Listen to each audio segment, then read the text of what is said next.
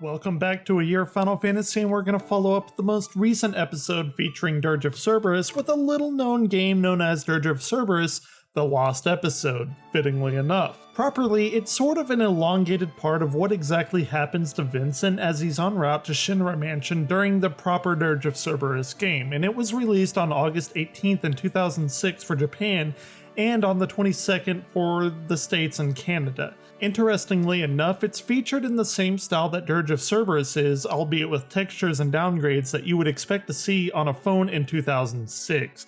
Moreover, it was only available on the Amped mobile and Verizon phones. Now, we should remember that this was way before the modern phones of iPhones and Androids and everything like that. So this was a pretty interesting step for Square Enix before these general formats were pinned down for the mobile industry.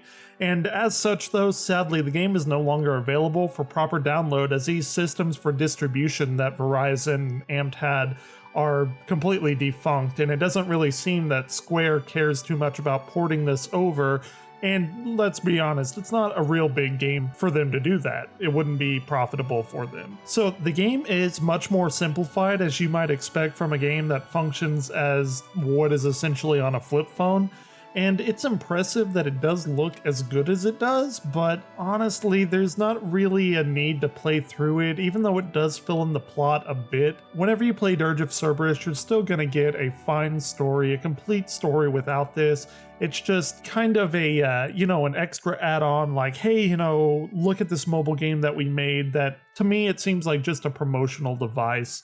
Which is fine, but the game is fairly short, as you might expect, taking less than maybe generally an hour or so to beat. You can see people on YouTube play through it. Generally, you'll see them go from, 45 minutes to an hour, somewhere in there. So actually, as the game itself is pretty short, this Year of Final Fantasy episode is actually pretty short, but it's one that really shouldn't be overlooked, as these little obscure parts of gaming history are often swept under the rug. And I made this video, in fact I made this entire series so that wouldn't happen, so we can look back at these little bits of history that people wouldn't normally think about and just remember that they were made. It's sort of a history collection, cultivation type of thing. So as far as that goes, thank you so much for watching this. And next time on A Year of Final Fantasy, we're going to continue with the Final Fantasy VII compilation.